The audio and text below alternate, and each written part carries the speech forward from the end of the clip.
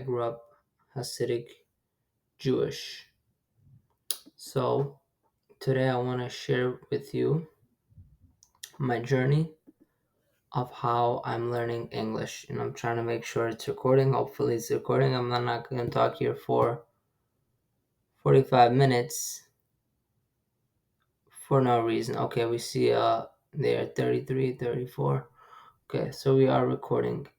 So I want to show you today how I'm learning English, and I have here a Google Doc of 27 pages long with how I recently started to take my English very serious.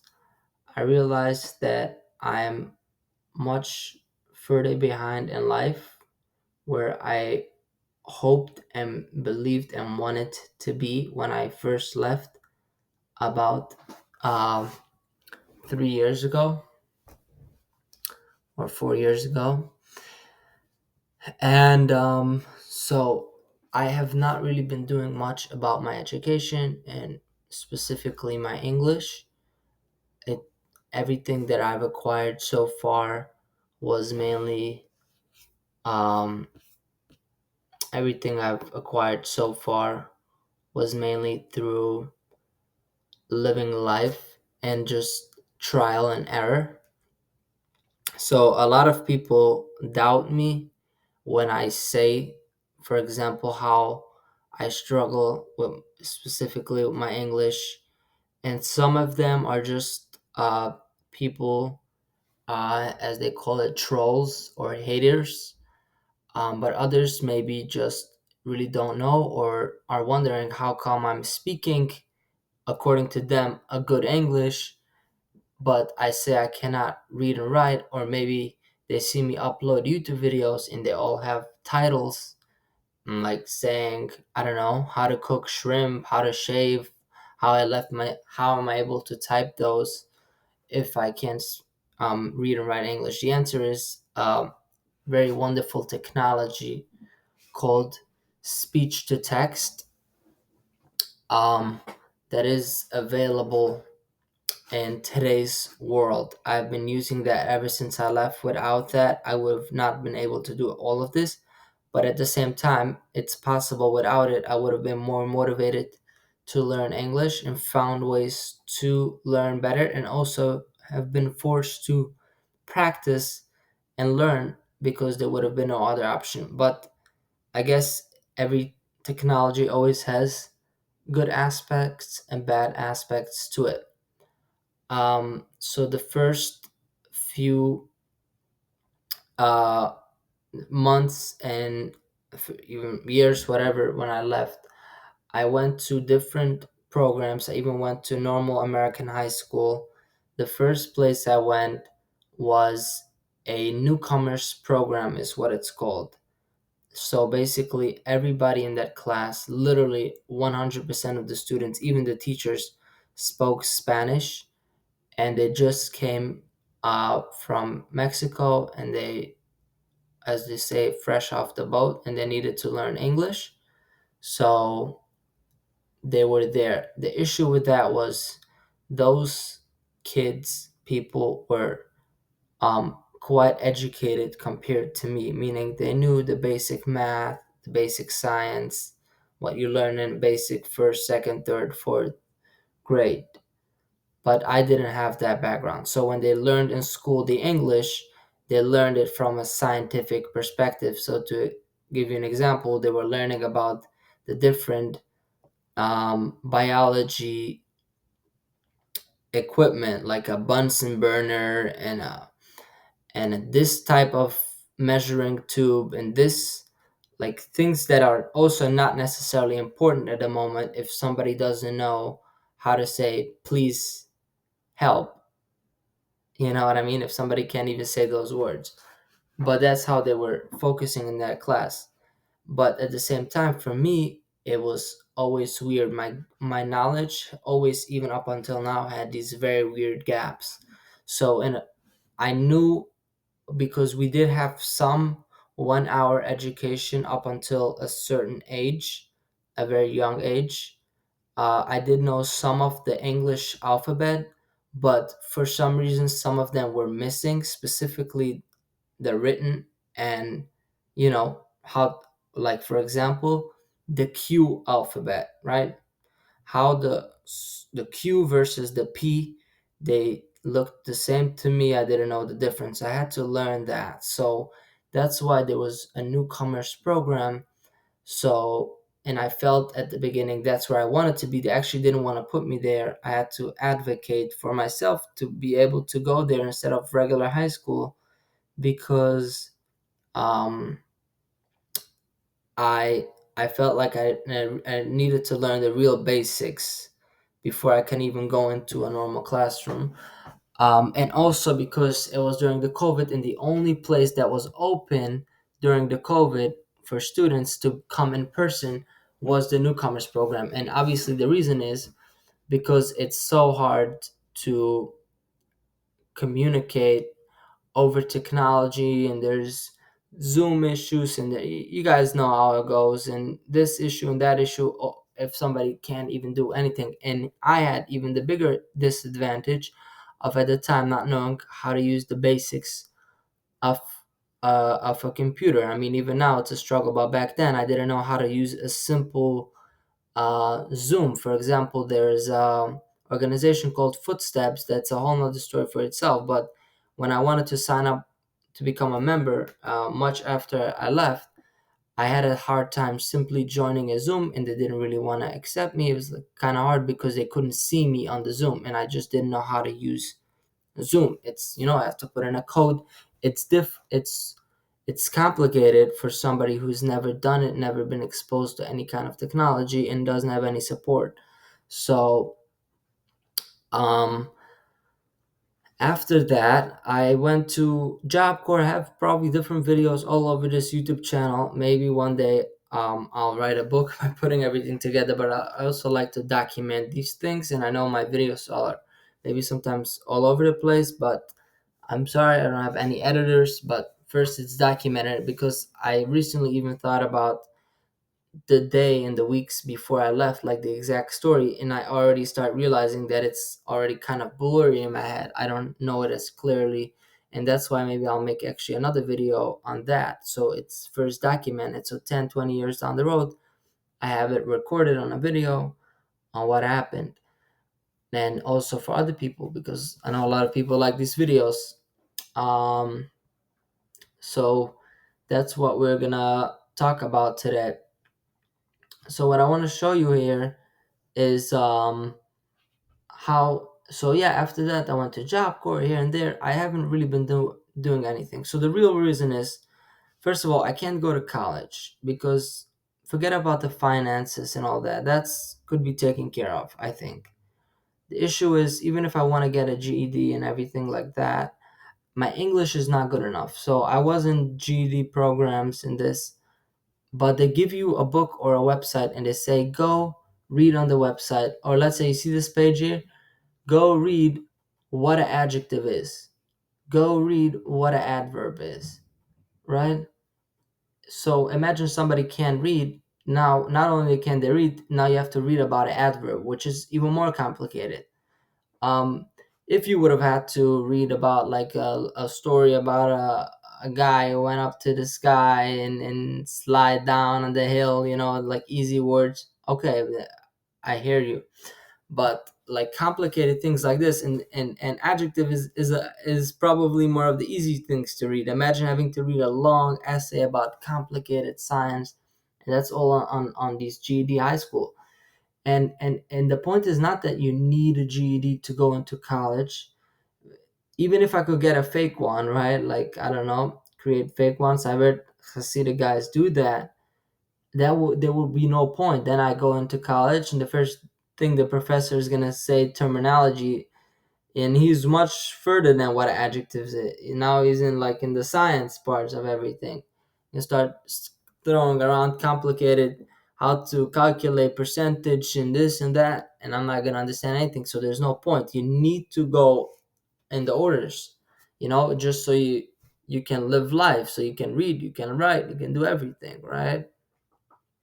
So that's why I haven't been doing. But recently, I got motivated one day, and I decided I'm gonna start spending a lot of money. The way how I think I can achieve my goals in life and my education goals is by getting education. But it all starts with having a good basic English. So I'm able to read and write. So I would say now, I've been saying for a long time I cannot read. It was true, especially at the beginning, was really true. I could not read, especially long things. Maybe I could read one word.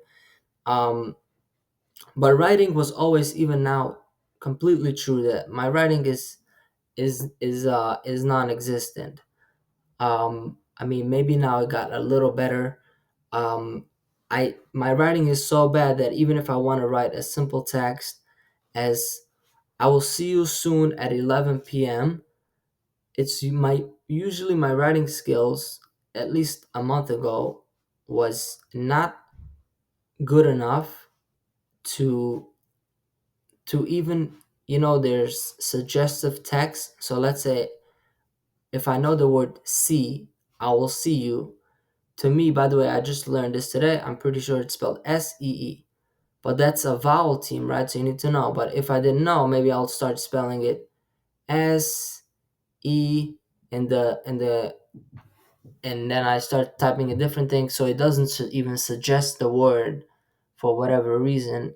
So I don't have another example right now, but you guys get the idea that if I could even make my English good enough where I don't need to use speech to text, because it gets really hard. Speech to text doesn't always work, and this and that. But obviously, you want to know how to read and write. I mean, how to write specifically.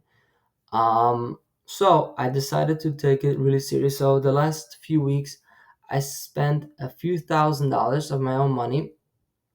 Um, and nobody really helped me with this. This is my own. I actually asked for a one person to help me. They didn't respond, but I decided to really invest a lot of money into this, my English, starting off with this, because I believe if I am going to be able to get a good English, then eventually I will be able to do other things. So I can go to a GED school and read a book about science and then take a test about science. But if I cannot read and write, then I'm stuck. So, but this is a really hard thing that takes a lot of time and a lot of money. The issue is if I go to a normal, those free programs, the free libraries, all these suggestions that people have, it usually doesn't exist. And if it does exist, it's a really huge waste of time. It takes a long time to enroll, and once you enroll, it's a bunch of kids like low lives that don't want to even participate in the class. They're forced to be there for whatever because the judge said they have to be there, otherwise they're going to be in prison. You know how it goes. Or even just like it's hard. I'm motivated, I want to learn, and it just doesn't they don't learn on the level and the things that I need to learn. um they many times they again they are already know the basics of other things, but they don't know. But then they may be speaking about very basic things from another. Let's say they don't know how to say I am cold, um but they know what an adverb is, right? Because they learned that in school. Wherever they went to school, they know what a pronoun, what an adverb, what a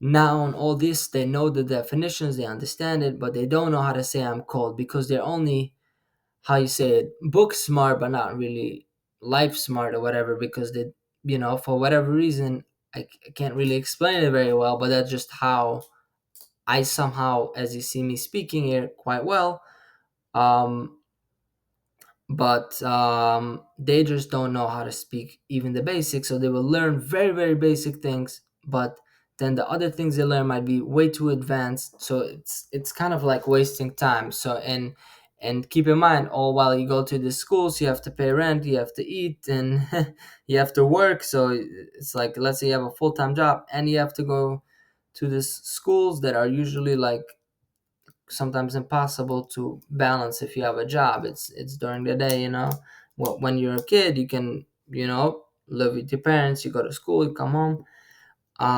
But this, and if and especially if you feel like when you go to school for 5 hours a day and you're barely accomplishing anything, you think about it twice. But if you have a good tutor, a competent tutor, and specifically in English, then I think that helps. But the problem is it costs thousands and thousands of dollars. Um, as you know, they all charge a lot of money by the hour, and it adds up very quickly. But recently, I found a good tutor, and we have been learning together. And she is specifically qualified for this, by degree from college. So I want to show you guys. Mainly, I'm doing this also for documentation purposes, but it's also interesting. So today is 11/24/2024. So November 24, 2024, and it's 10:21 p.m. Um, so here I have review. This is just things that we were focusing the last few days on, specifically what we needed to attack. I try to do vocabulary, and we haven't really been focusing on that because that takes off a lot of time. But also, you don't necessarily know, let's say, like the word prone to, is that important word or is it not? And we put here words that I just found randomly and added in. So, yeah. Um, anyways, so here you have what we've been learning, parts of speech. And this is just to show you where my English is, to show you that I really need to learn these things, and I haven't even memorized all of it, or really, like, how you say, internalized it. And so this is very fresh things that I recently, like the last few, probably less than a month, really started to learn 2 3 4 hours a day with the tutor, and then a lot of studying. I was actually studying right before this, but then I decided to make this video here. So we learn about contractions, right? So I didn't know how to do contractions, so I learned that. So all of this is big news to me. So again, every time else I write. By the way, I have here a new computer. My other computer is much easier. See how there's a button down here with a mic? This is actually to show that I'm using a microphone right now to talk. But on my other computer, a Chromebook, that mic actually is to use speech to text. So wherever the cursor is, it just spreads the mic, start talking. I can even say, "I will see you later," period, and it puts the period sign or explanation. I don't know how to say that word. But here on this, actually, I don't want to do it. Yeah, I don't know if you can do it right now. But I mean, maybe I can show you like this. You see how it says voice typing on the on the um on the Microsoft. It's a little harder, but you also have, you just click here, or you click Windows and H, and you can start typing like that. So yeah, obviously I don't want to do it right now in front because I don't know if it's gonna stop the video or anything. So I'll just leave it like this. But that's how it usually. This, I didn't write any of this. This was the tutor who wrote it. Really good. By the way, guys, let me know. I mean, what you think, if it's worth to spend all this money on this. So we have here unvoiced sound, voice sounds, digraph examples. So ch, ch, ck, ng. So all this, the sounds. I didn't know that many of this, like the ch, somehow was familiar, but the WH and the QU and the NG and the CK, I didn't know, but the SH and the CH and the PH, I somehow knew. Where exactly? I don't know. I just kind of picked it up along the way. Maybe like the CH I heard when I was a kid a long time ago. Maybe because my father had a sign in the back of his car saying CH, something with Switzerland. I have no idea. So I asked, what is a CH? It makes a ch sound. So it's just kind of stuck in my head. So that's why it's like my knowledge has very weird gaps and people don't always believe. But that's why I want to show here that I'm now at 21 years old, have to learn the very, very basics of English just so I can do other things, because I'm also doing real estate right now. And I realized that instead of, thought, should I invest money into advertising, into this, into that, into courses to, get educated in real estate? But I thought the best investment in money and time I spend a lot of time in this most of my day. I don't even focus on real estate, but I could be doing much room.